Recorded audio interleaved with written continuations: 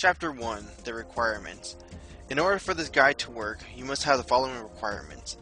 A partner with a very close free-to-play combat level as yourself.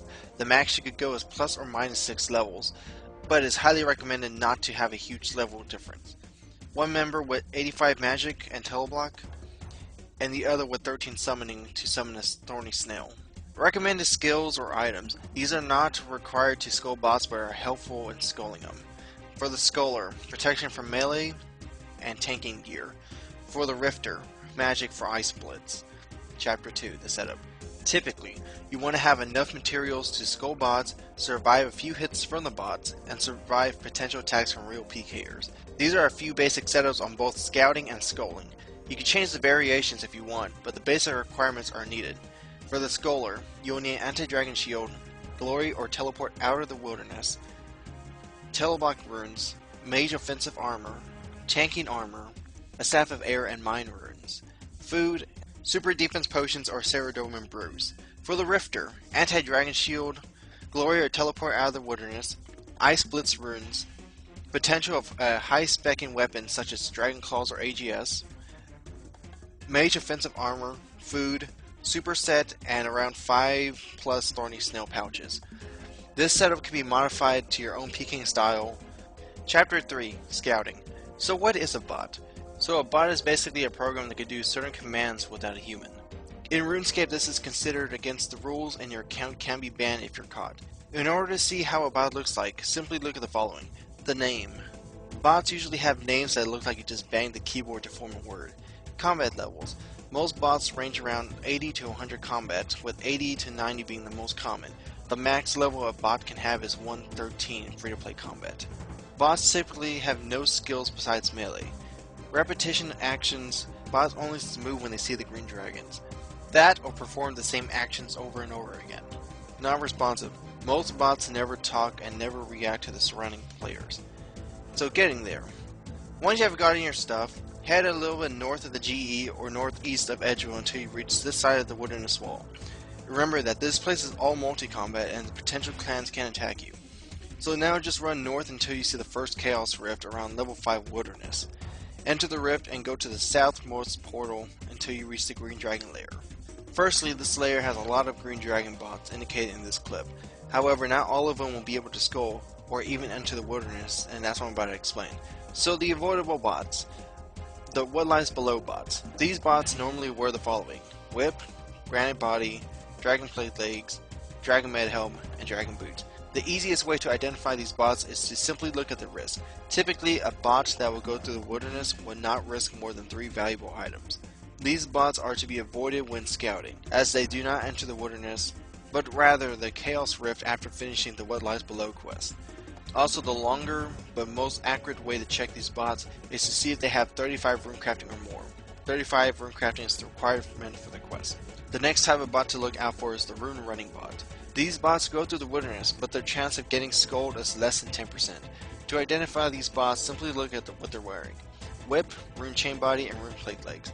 90% of these bots usually have rune plate legs, and this is how you identify this bot. The last unskullable bot is the Addy Skirt bot. Most of these bots have a whip, Addy plate body, dragon plate skirt, dragon med helm, or dragon boots or Addy boots. Now the easiest way to identify this is just to look at the boots. If the bots have Addy or dragon boots, they don't really go to the wilderness, but rather the same route as the What Lies Below bots. The only reason why these bots are in a separate category is because they like to trick you into believing they could do that quest, but they haven't. So they simply throw you off. If any doubt, simply look up their name on the high scores or the player examine spell to find out if they have 35 rune crafting or more. Finally, the skullable bots. How to identify these type of bots in general. Normally they only have 3 or less valuable items when botting. They use Edgeville or Varrock to bank, and they do not have 35 rune crafting or more. The first bot is very similar to the Addy Skirt bot, but the main difference is that they do not have boots, but rather default boots. These bots walk from the Varrock east side and walk to the Chaos Tunnel Rift. This bot is another variation of this same type of bot. Just remember that bots that are entering the wilderness only have 3 item risk. The next bot is called the Addy bot, and these bots usually have Addy plate bodies, Addy legs, and a whip, and no boots. These bots are very similar to the previous one, and they follow the exact same path as the previous one, or they come from the west side of the rift from Edgeville. Now the next bot is called the Mithril bot. Now these bots are the dumbest one of them all. Typically these bots will love to get scored in their first attempt. These bots come from the west side of the rift coming from Edgeville. Now the last bot is just called the random or welfare bot. These bots usually have 3 items, but their items are either a dragon longsword or scimitar as their weapon. These bots follow the same path as the Addy and Mithril bots.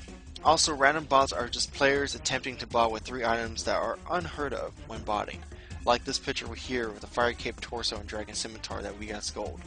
Chapter 4. Setting up to scold the bots. After you have found at least a few bots in the world, the next step is to set up your snail and wait for the bots to come. Setting up the snail is simple. All you have to do is call the snail here, then run to this part. As you see here, the snail gets stuck here, and that is where you want the snail to be when you're scolding bots. Now simply walk to this location to prevent the snail from auto-calling.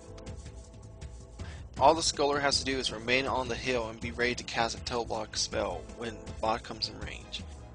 Chapter 5. Now you're ready to scold some bots. Now there's 2 methods I'm going to be discussing. Method 1 is called the tree hugging method. This method requires airstrike spells for some stalling action. Once the bot is in the clear, simply cast a Teleblock spell and start using airstrikes. You want to have the bot auto-retaliate and get stuck behind the tree. The bot will continuously try to click the rift again and again. Every single time the bot goes back, simply cast another spell and run behind the tree again. Eventually, the bot's screen will miss the rift and misclick on the snail, and thus it will get scolded.